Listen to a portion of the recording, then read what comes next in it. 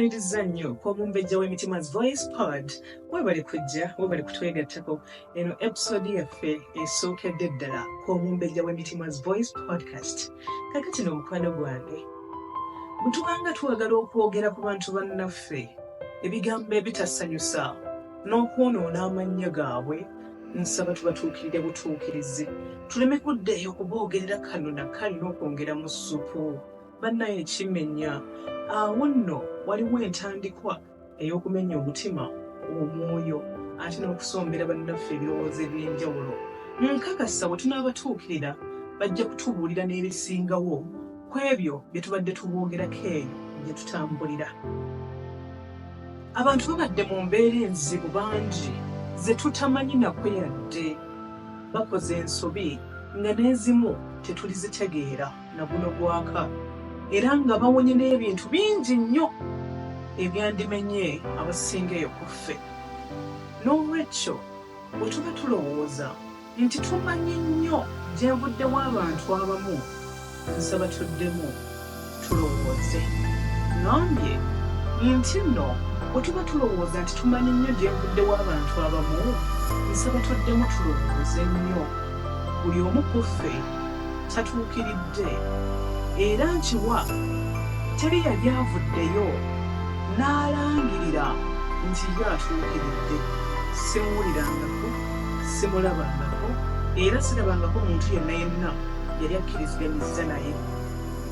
Naye buli lwe tuba tugenda okwogera ku bantu bannaffe abamu, nsaba tusooke tukakase nti amazima gonna tugalina mu butuufu bwago.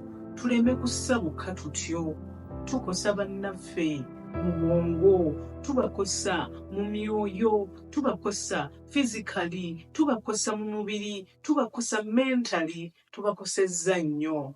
Ate tujjukire na kano, kyonjogerako kyonna eyo, kyogera kingi nnyo ku ggwe anjogeddeko. Ngambye nti kyonjogerako kyonna eyo, kyogera kingi nnyo oba kinene nnyo ku ggwe agenza kinjogerako eyo gy'okyogeredde.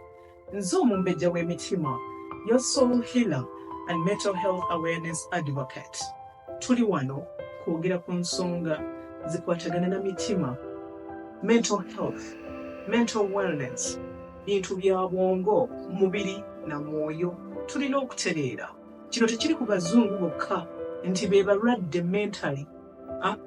N'abamu ku ffe tuli balwadde, ate ng'oyo munno asinga okuseka ennyo kubuulira yasinga n'okuba nga mentally ali affected, nga mentally bingi nnyo ebimuluma, naye olw'okuba tasobola kubuulira, oba oliawo nga yandyagadde okugabanako naffe oba okwogerako n'omumbejja w'emitima era omumbejja w'obutonde bw'ensi, your soul healer and mental health awareness advocate. Oli mu maka gaffe ag'omumbejja w'Emitima's Voice Podcast. Kale nno teweerabira okusubscribinga ku YouTube channel yaffe eno, okulikinga, okukomentinga, n'okunyiga notification bell. Akadaako kikulu nnyo ne tukanyiga natera mu mukwano gwange.